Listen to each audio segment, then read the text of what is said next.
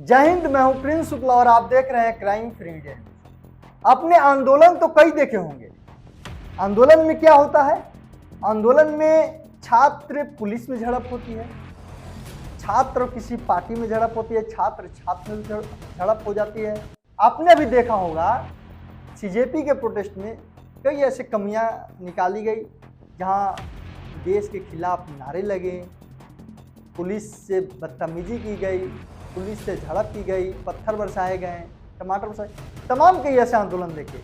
लेकिन क्या आपने कभी झारखंड का आंदोलन देखा? इतना शांतिपूर्ण आंदोलन जहां सचमुच ऐसा लग रहा था कि यहाँ पढ़े लिखे युवा छात्र हैं। ये नाम ही दिया गया था जेपीएससी जेएसएससी प्रदर्शन प्रोटेस्ट, यानी जो यूपीएससी की तैयारी कर रहे हैं, जो जेपीएससी की तैयारी कर रहे हैं, जो जेएसएससी यानी अधिकारी का लेवल का तैयारी कर रहे हैं, वो छात्र आंदोलन कर रहे हैं। लेकिन आंदोलन क्यों कर रहे हैं, क्या रीजन है, सरकार के खिलाफ क्यों आंदोलन कर रहे हैं, ये सोचो। झारखंड का आंदोलन, सरकार से पूछे जाएंगे ये बड़े सवाल कि आखिरकार भैया हेमंत सोरेन जी झारखंड में छात्र क्यों आंदोलन करने पे मजबूर हैं और आप सुनने को तैयार नहीं हैं। आखिर कब सुनेंगी छात्रों की आवाज झारखंड सरकार? झारखंड में एक तरफ विधानसभा के अंदर सरकार अपनी उपलब्धियों और विकास कार्यों की लंबी सूची पेश कर रही है, बड़े बड़े वादे कर रही है। जनता के जो किए गए वादे हैं वो विधानसभा में ये कह रही है कि सारे वादे पूरे किए गए। सरकार की ओर से राज्य के विकास और युवाओं के भविष्य को लेकर बड़े बड़े दावे किए जा रहे हैं। लेकिन दूसरी तरफ उसी झारखंड की सड़कों पर हजारों छात्र अपने अधिकारों और मांगों को लेकर लगातार आंदोलन कर रहे हैं। छात्रों का आंदोलन अब 22 दिन से चल रहा है, यानी आज 23वें दिन तक पहुंच चुका है। कभी छात्र धरना दे रहे हैं, कभी विधानसभा घेराव की कोशिश कर रहे हैं और अब मुख्यमंत्री हेमंत सोरेन के आवास का घेराव करने का ऐलान किया है। आखिर क्यों किया? क्या मजबूरी थी छात्रों की, जो विधानसभा का घेराव करने के बाद भी हेमंत सोरेन सरकार नहीं सुनी, यानी झारखंड की सरकार झारखंड की युवा छात्रों की आवाज को, मांगों को नहीं सुनी। अब सबसे बड़ा सवाल यही है, आखिर छात्र सड़क पर उतरने के लिए मजबूर क्यों हैं? क्या सरकारी नौकरी की तैयारी करने वाले छात्रों का भविष्य सिर्फ प्रतियोगी परीक्षाओं की तैयारी तक सीमित रह गया है, या उन्हें अपनी मांगों के लिए आंदोलन भी करना पड़ रहा है, आंदोलन की तैयारी करना पड़ रहा है, लोगों की आह्वान करना पड़ रहा है, छात्रों को जगाना पड़ रहा है? क्या छात्रों को अपनी बात सरकार तक पहुंचाने के लिए 10 दिन, 20 दिन या महीनों तक धरने पर बैठना जरूरी है? ये सारे सवाल सरकार से हैं, झारखंड सरकार से। और अगर सरकार को लगता है कि छात्रों की मांगें गलत है, अगर छात्र जो अपनी मांगे को लेकर बैठे हुए हैं, मांगों को लेकर अगर ये मांग गलत है, तो भी सरकार उनके साथ खुलकर बातचीत क्यों नहीं करती है? सरकार से सबसे बड़ा सवाल यह है कि मुख्यमंत्री हेमंत सोरेन से सवाल है कि जब चुनाव के समय युवाओं से रोजगार, नियुक्ति और बेहतर भविष्य के वादे किए जाते हैं, तो क्या उन वादों का जवाब मांगना छात्रों का अधिकार नहीं है? अगर छात्रों की मांगे जायज नहीं है, तो सरकार तथ्यों के साथ सामने क्यों नहीं आती? आइए ना, छात्रों से बात कीजिए महोदय। अगर छात्र गलत हैं, तो उनकी समस्याओं को सुनने के लिए सरकार के जिम्मेदार अधिकारी और मंत्री लगातार बातचीत का रास्ता क्यों नहीं अपनाते? और अगर छात्रों की कुछ मांगे वास्तव में जायज है, तो फिर उनके समाधान में इतनी देरी क्यों हो रही है? क्या छात्रों की आवाज विपक्ष की आवाज है? आंदोलन कर रहे छात्रों पर कई बार राजनीतिक समर्थन या विपक्ष के प्रभाव के आरोप लगाए जाते हैं। लेकिन महोदय, मैं आपको बता दूं कि लेकिन यहां सवाल यह है कि क्या हर छात्र आंदोलन को राजनीतिक चश्मे से देखना सही है?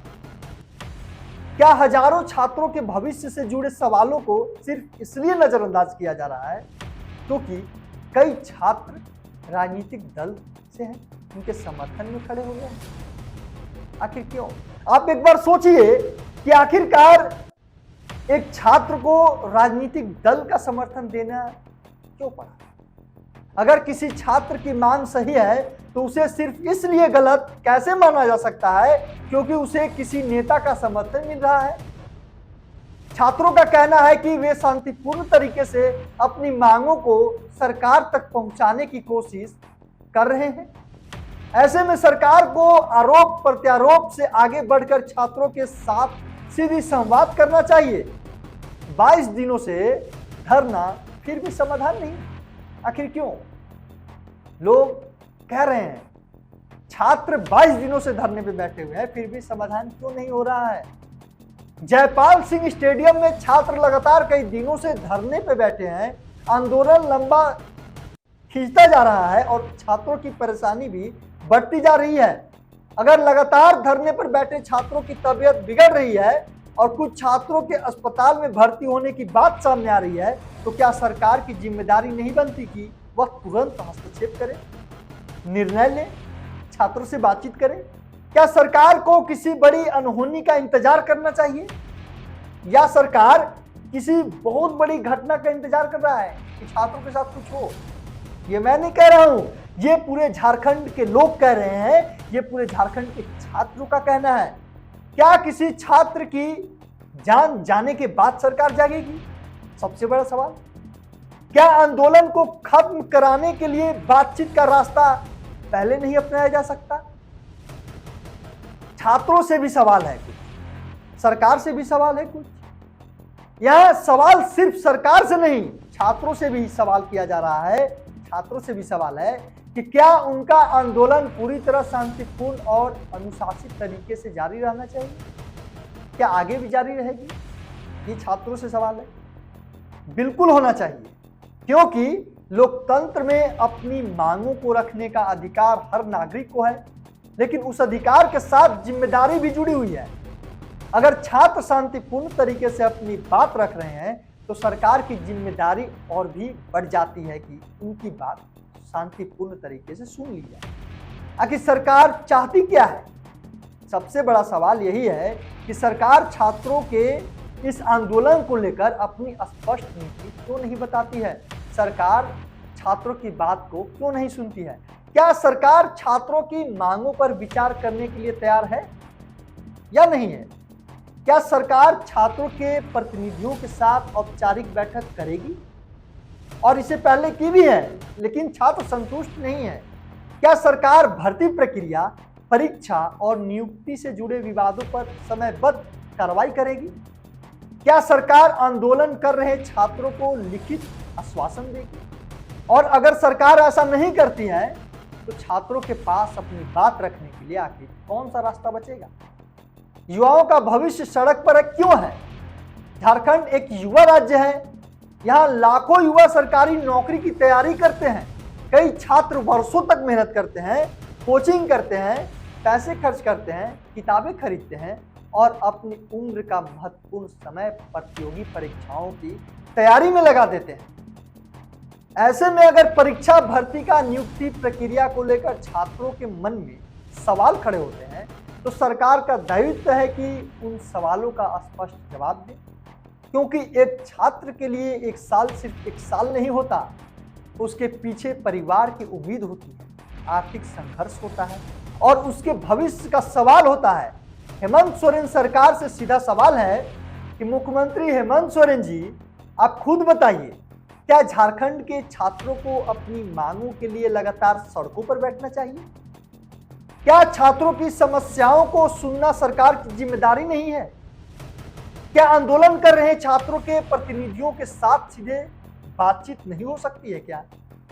क्या भर्ती और परीक्षा से जुड़े मामलों पर सरकार समयबद्ध निर्णय नहीं ले सकती है? क्या छात्रों को सिर्फ आश्वासन चाहिए या उन्हें परिणाम भी चाहिए? और सबसे बड़ा सवाल, क्या झारखंड के युवाओं को रोजगार और नियुक्ति के अपने अधिकार के लिए बार बार आंदोलन करना पड़ेगा? सरकार विधानसभा में अपने कामों की उपलब्धियां गिना रही है और गिना सकती है, विकास के आंकड़े पेश कर सकती है, और योजनाओं की जानकारी दे सकती है, लेकिन लोकतंत्र में सरकार की असली परीक्षा तब होती है महोदय, जब जनता सवाल लेकर उसके दरवाजे पर खड़ा रहे। आज छात्र सवाल लेकर खड़े हैं, उनकी मांग सही है या गलत है, इसका फैसला तथ्यों और बातचीत से होना चाहिए, आरोपों से नहीं। ये सबसे बड़ा सवाल। सरकार को चाहिए कि वह छात्रों को अपना विरोधी न समझे, और समझना भी नहीं चाहिए। ये वही युवा है जो कल झारखंड की व्यवस्था, प्रशासन और अर्थव्यवस्था को संभालेंगे। ये वही युवा है जहां अधिकारी बनकर बैठेंगे, कुछ विधानसभा में बैठेंगे, कुछ मंत्रालय में बैठेंगे, कुछ सरकारी दफ्तरों में बैठेंगे, कुछ जिला के मालिक बनेंगे महोदय। ये वही युवा छात्र हैं। आज अगर ये युवा अपने भविष्य के लिए सड़क पर हैं, तो सरकार को उनकी आवाज सुननी चाहिए, क्योंकि लोकतंत्र में सरकार की ताकत सिर्फ बहुमत नहीं होती, बल्कि जनता का भरोसा भी होता है। और अब सवाल सिर्फ यह नहीं है कि छात्र कब तक आंदोलन करेंगे, सवाल यह है कि सरकार कब तक छात्रों की आवाज को अनसुना करेगी। क्या सरकार बातचीत का रास्ता अपनाएगी? क्या छात्रों की मांगों पर कोई ठोस फैसला होगा? क्या आंदोलन खत्म कराने के लिए सरकार कोई समयबद्ध रोडमैप देगी, तैयार करेगी? और सबसे बड़ा सवाल यह है, क्या झारखंड के छात्रों को अपने अधिकार के लिए सड़क पर संघर्ष करना ही पड़ेगा, या सरकार विधानसभा से निकलकर अब छात्रों के बीच जाकर उनकी बात भी सुनेगी? तमाम ऐसे कई अपडेट आ रहे हैं, खबर आ रहे हैं कि झारखंड में आंदोलन में बैठे छात्र दिन प्रतिदिन बेहोश हो रहे हैं, तो उनकी तबीयत खराब हो रही है, अस्पतालों में भर्ती हो रहे हैं, लेकिन सरकार सुनने को तैयार नहीं है।